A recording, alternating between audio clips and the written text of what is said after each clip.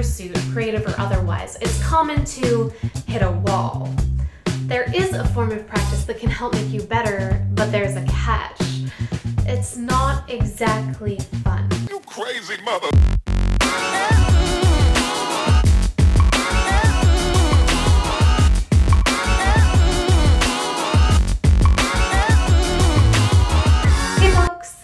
It's not that deliberate and meaningful practice can't be fun, it's just that it does take a lot of work for it to be effective, where improvement is an important goal and how and why you practice matters most.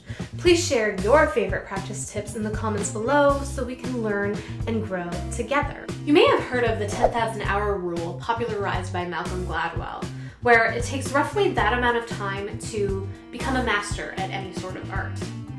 While there's evidence to believe this, that was sort of a misinterpretation of one piece of over 30 years of data. That data, gathered by Anders Ericsson, suggests that not mere repetition, but deliberate practice gathers the most results. Ericsson emphasized the importance of practices designed by teachers, but since not everyone can afford formal instruction, let's look at how it works. What is deliberate practice? Generally, it's a practice where you have a goal or identify a weakness, perform exercises that address that goal or weakness, analyze mistakes, then fix mistakes and repeat exercises with improvements. Barbara Oakley, creator of the world's most enrolled-in online course, Learning How to Learn, says a distinguishable feature of deliberate practice is to build understanding and develop new neural networks. This is encouraging because it means we can actually learn from our mistakes.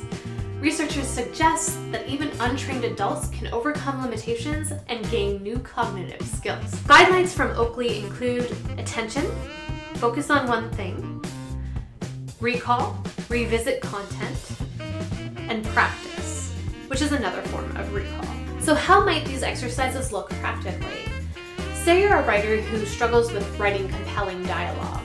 Seek out exercises that gets you writing your dialogue in more effective ways. Alternatively, if you're a musician who struggles with timing, practice with a metronome.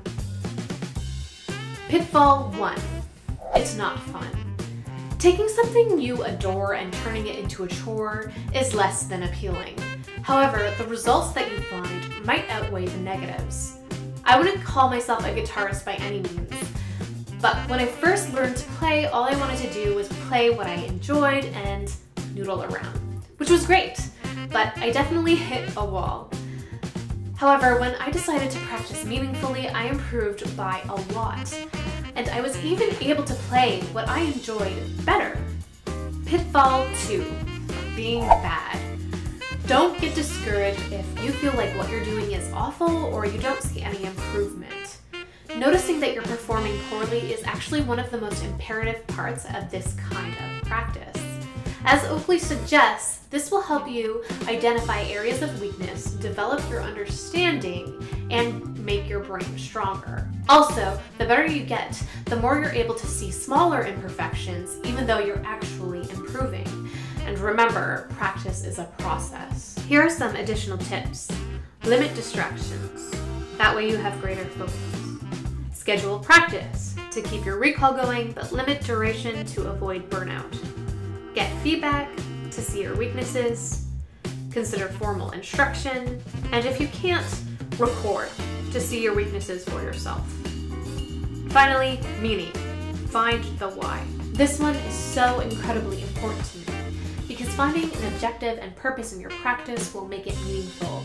It will help you find motivation when you hit those walls, and that way you're not practicing just for practice's sake. There's links in the description below regarding deliberate practice, including suggestions from Anders Ericsson and Barbara Oakley.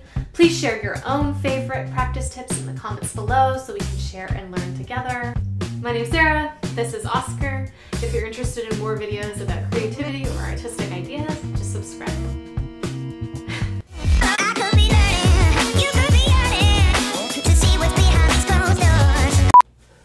Hey folks, it's not, Hey folks, no, do it again, one more time.